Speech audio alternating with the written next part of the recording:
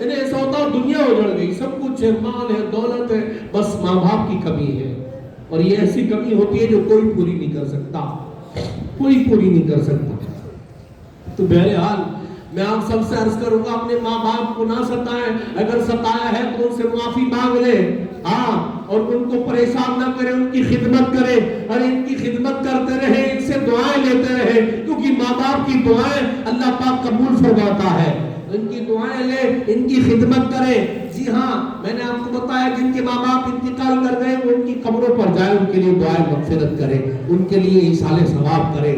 جی تو آپ جتنے یہاں بیٹھے ہیں سب اپنا ذہن بنا لیں کہ ہم نے انشاءاللہ اپنے ماں باپ کی خدمت کرنی ہے، ان کو پریشان نہیں کرنا ہے، بلکہ ماں باپ آئے اگر ہم لیٹے ہوں اور ماں یا باپ آئیں تو ہم ادب سے بیٹھ جائیں، اگر بیٹھے ہوں تو ادب سے کھڑے ہو جائیں، آپ باپ کا ہاتھ چومیں، ماں کا سر پہ ہاتھ رکھوائیں اور ان سے دعائیں کروائیں۔ آپ وظیفے ادھر ادھر لیتے پھرتے ہیں، دعائیں کرواتے پھرتے ہیں، ارے ماں باپ یہ وہ ہے کہ جن کے متعلق حدیث پاک میں ہے کہ ان کی دعائیں قبول ہوتی ہیں، تو ان کی دعائیں لیا کریں گھر میں رہتے ہوئے۔ اور آپ نے یہ بھی سنا کہ جو ماں باپ کو محبت کی نظر سے دیکھتا ہے اللہ اسے حج کا ثواب عطا فرماتا ہے۔ ارے اتنی برکت والی چیزیں گھر میں ہیں لیکن اس سے فائدہ نہیں اٹھاتے ہم۔ تو ماں باپ کی خدمت کریں، میں نے ان کے متعلق آپ کو عرض کیا، ماں باپ کے متعلق بات چل رہی ہے کہ ماں باپ بہت بڑی نعمت ہے۔ جی ہاں، بہت بڑی نعمت ہے، ماں باپ کی خدمت کرے، اور ماں باپ کو چاہیے کہ اپنی اولاد کی شریعت و سنت کے مطابق تربیت کرے، تاکہ اولاد کی صحیح سے تربیت ہو اور اولاد شریعت و سنت کے دائرے میں رہ کر چلے۔ جب اس کو پیرنٹس کے آداب کا پتہ ہوگا، حقوق کا پتہ ہوگا، تبھی تو وہ اپنے ماں باپ کے حقوق کا خیال رکھ پائے گی۔ اب اس کو ایکٹر تو بنایا لیکن اس کو شریعت نہیں سکھائی۔ آپ دیکھیں جب ماں باپ پرہیزگار ہو تو اولاد بھی نیکوکار ہوتی ہے۔ آپ دیکھیں غوث اعظم رحمت اللہ علیہ، جب آپ کی رسم بسم اللہ ہوئی تو آپ نے 18 پارے پڑھ کر سنا دیے۔ قاری صاحب کہتے بیٹا آگے پڑھو، آپ نے فرمایا میری ماں کو 18 ہی یاد تھے، میں نے 18 سنا دیے۔ تو اب آپ دیکھیں کہ جب ماں ایسی ہو، ماں نیک ہو، ماں پرہیزگار ہو، ماں متقیہ ہو، تو اس کی اولادیں بھی ایسے ہی ہوتی ہیں، ان کی اولادیں بھی غوث اعظم ہوتی ہیں۔ جب ماں نیک ہو تو اولاد غریب نواز جیسی پیدا ہوتی ہے، جب ماں نیک ہو تو اولاد بھی محبوب الہی نظام الدین اولیاء جیسی پیدا ہوتی ہے، اور جب ماں نیک ہو تو اولاد شامل پاک کلینی جیسی پیدا ہوتی ہے، جب ماں نیک ہو تو اولاد صدر فاضل جیسی پیدا ہوتی ہے، گلشاہ میاں جیسی پیدا ہوتی ہے۔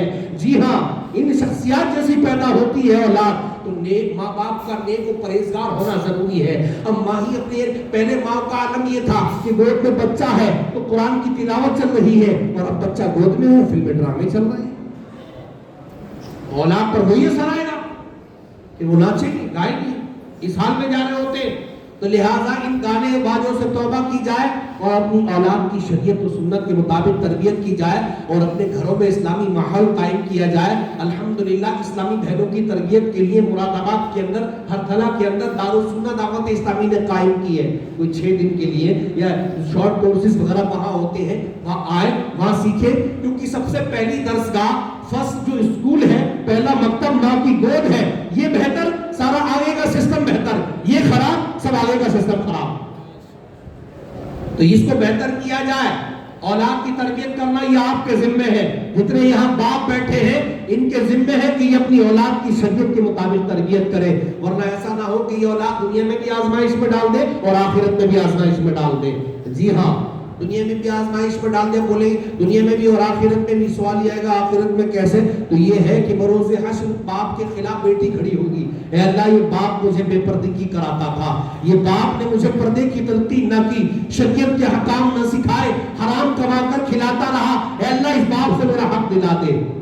اولاد کھڑی ہوگی باپ کے خلاف۔ تو لہٰذا جتنے یہاں باپ بیٹھے ہوئے ہیں یا باپ آئندہ بنیں گے، سب یہ ذہن بنائیں کہ ہم نے اپنی اولاد کی تربیت شریعت و سنت کے مطابق کرنی ہے۔ الحمدللہ اسلام ایسا مکمل ضابطۂ حیات ہے کہ اس میں اسلام میں اصل زندگی جینے کا طریقہ سکھایا جاتا ہے۔ تو آپ جتنے یہاں بیٹھے سب نیت کر لیں کہ انشاءاللہ ہم اب یہ اپنی اولاد کی تربیت کریں گے انشاءاللہ۔